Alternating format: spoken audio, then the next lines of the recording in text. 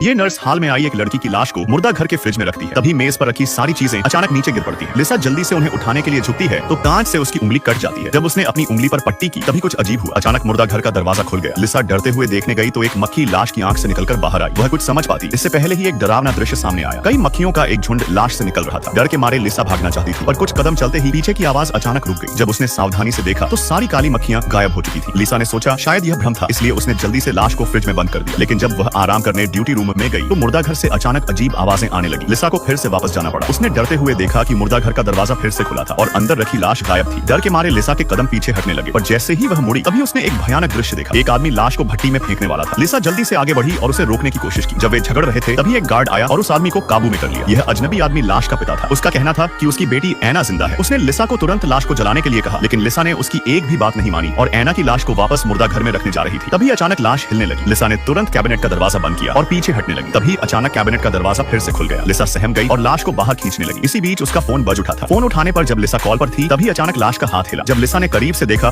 तो लाश ने मुंह खोलकर सांस ली जिससे लिसा डर गई। उसने तुरंत लाश को वापस कैबिनेट में रखा। एक के बाद एक अजीब घटनाओं को देखकर लिसा समझ चुकी थी कि यह लाश कोई साधारण नहीं है। उसने तुरंत अपने सीनियर को इसके बारे में बताया मगर सीनियर का कहना था कि यह सामान्य है, शायद लाश के शरीर से गैस निकल रही होगी। बात करते समय मुर्दा घर का दरवाजा फिर से खुल गया। एक गार्ड आवाज सुनकर जब जांच करने के लिए दरवाजा खोलने गया तभी अचानक उसे एक डरावनी चीज ने अंदर खींच लिया था। लिसा हलचल सुनकर जब मुर्दा घर पहुंची तो उसने कफन हटाकर देखा कि लाश के घाव अजीब तरह से भर रहे थे। यह दृश्य देखकर वह चौंक उठी थी। वह तुरंत सिक्योरिटी रूम में गई यह देखने के लिए कि क्या हुआ था। तभी अचानक उसे वीडियो में एक काली छाया नजर आई जो तेजी से गुजर गई। डरी हुई लिसा ने तुरंत अपने साथियों को ढूंढा और यह अजीब घटना बताई लेकिन सहकर्मियों ने सोचा कि लिसा को भ्रम हो रहा है। सहकर्मी घर जाने की तैयारी करने लगी मगर जब वह सीढ़ियों पर पहुंची तो उसने डरावनी ऐना की लाश को फर्श पर जिंदा चलते देखा। वह डरकर छत की ओर भागी पर लाश ने उसे पकड़ लिया था। उसने सहकर्मी का दम घोंटकर उसे मार डाला। इस समय जब लिसा पार्किंग में थी तभी अचानक ऐना के पिता ने उसे पकड़ा और वापस मुर्दा घर ले गया। बूढ़े ने धमकी दी कि वह उसकी बेटी के शव को निकाले और उसे जला दे। लिसा इसका कारण पूछना चाहती थी तो बूढ़े ने सारी सच्चाई बताई। उसकी बेटी के शरीर में एक दुष्ट आत्मा थी जिसे कोई भी मंत्र निकाल नहीं पाया था। अगर उसके शव को जल्दी न जलाया गया तो और भी निर्दोष लोग मारे जाएंगे। लिसा ने सच जानकर जल्दी से भट्टी खोली और लाश को जलाने की तैयारी की मगर अगले ही पल लाश होश में आ गई और लिसा को मारने लगी। समय पर बूढ़े ने लिसा को बचा लिया मगर लाश ने बूढ़े पिता को सीधे भट्टी में फेंक दिया था। भयभीत लिसा जल्दी से बाहर भागी पर ज्यादा दूर नहीं जा पाई। लाश ने उसे पकड़ लिया और जब उसे होश आया तो वह मुर्दा घर के कैबिनेट में बंद थी जहाँ अन्य सहकर्मियों की लाशें पड़ी हुई थी। डरी हुई लिसा ने पूरी ताकत से कैबिनेट का दरवाजा खोला। तभी लिसा का प्रेमी और एक गार्ड आए लेकिन भागते समय लाश ने गार्ड की गर्दन मरोड़ दी। प्रेमी ने ऐना को आत्मसमर्पण करने को कहा मगर लाश ने जादू से उसे कंट्रोल कर हवा में उठा दिया। यह देखकर लिसा ने तुरंत ऐना गोली चलाई और उसे भट्टी में धकेल दिया जिसके जलकर राख होने से ऐना की कहानी यहीं खत्म हो गई।